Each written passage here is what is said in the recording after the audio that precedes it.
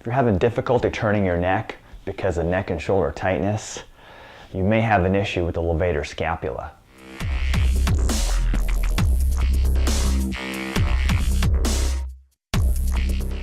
Hey everyone, welcome to the Front Row with Ed. Ed Deboo, physical therapist, integrated physical therapy in Bellingham, Washington. Today we got a short video. We're talking about specifically cervical spine pain and restriction with rotation. So this is flexion, this is extension, and this is rotation. Oftentimes, if we're having pain with rotation, one of the culprits can be the levator scapula muscle. So let's take a look at the muscle and see the pain distribution.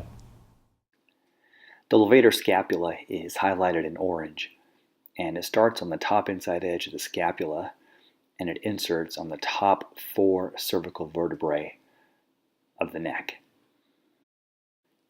When we have trigger points in the levator scapula, they are located primarily where the X's are in the 2 pictures, and in the red is a pain distribution. Now take note of the second trigger point, as we'll talk about this, is that is more commonly activated.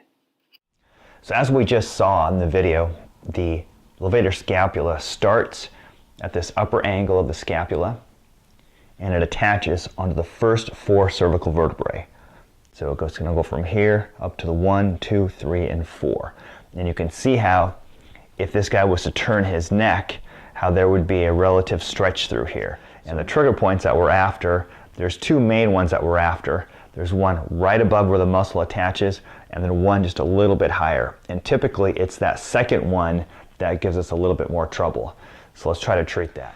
Trigger point work on the levator scapula is best done with some sort of tool or appliance. This is a Theracane that tends to work well. Imagine if you just had a regular cane, that might work as well too. If you don't, you can always use the pads of your fingers, the opposite hand, to do it, but the cane works a little bit better.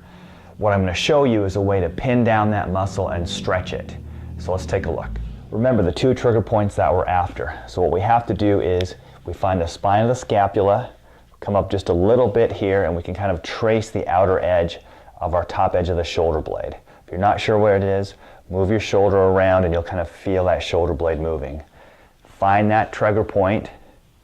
You're going to put the knob of the cane right on there, and I'm going to put a fair amount of pressure down. And I'm going to hold that down right there, and I'm pinning it down, and then I'm going to rotate my head, and then I'm going to drop it until I feel a stretch, and then back up to neutral. This should not be painful. What we're doing is we're holding down that muscle. We're trying to get a little bit of a focused stretch right into that area. And you should feel the stretch underneath the knob of the Theracane.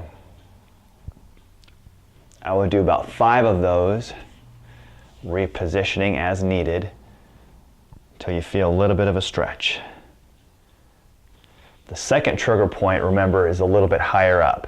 So we know the muscle is going to go from here up to the first 4 cervical vertebrae. So I'm going to come up a little bit higher, and I'm going to change the angle, the position of the Theracane, or if I'm using my fingers, to get a little bit higher into that muscle.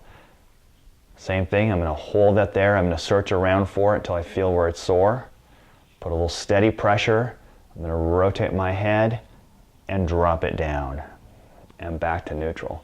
Now let's say, for example, there's a lot of pain when I rotate, then be smart and limit your range of motion. If this is as far as you can rotate and then it starts to get painful, then that's as far as I want you to go. Otherwise, you're going to rotate and slightly drop down and then back to neutral. Now we're going to finish up by stretching the levator scapula. In this example, I'm going to stretch my left levator scapula. By elevating my arm first, before I rotate and look down, what that does is it outwardly rotates the scapula to put a little bit of a pre-stretch and focus my stretch on that levator scapula. So I'm going to bring my arm up as far as it goes. I'm going to look to my right shoulder, and I'm going to drop it down. If I need a little bit of overpressure, I'm bringing this arm down. So what does it look like without the wall? I have to lift my arm up this way here, stretching my left levator scapula. I'm rotating to the right, and I'm looking down towards my right foot. The reason why I have this shoulder up against the wall is because after a period of time, this elbow starts to drop down. You know you're stretching the right muscle when you get a stretch, and if I drop my arm here, the stretch goes away. So you can hold your arm up here if you want to, but I usually tell my clients to rest it against the elbow first. Look away slightly with the opposite hand. I'm putting just a very small amount of pressure until I feel a comfortable stretch. So there you go. We've talked about where the levator scapula lives, the trigger points, what the muscle looks like, how to stretch it. We can add a contract relax component to it as well. When you're done, you should notice an improvement in your ability to rotate with less pain right in that bridge area between your neck and your shoulder. All right, so if you haven't subscribed, please do so now. If you have any questions, leave them down below.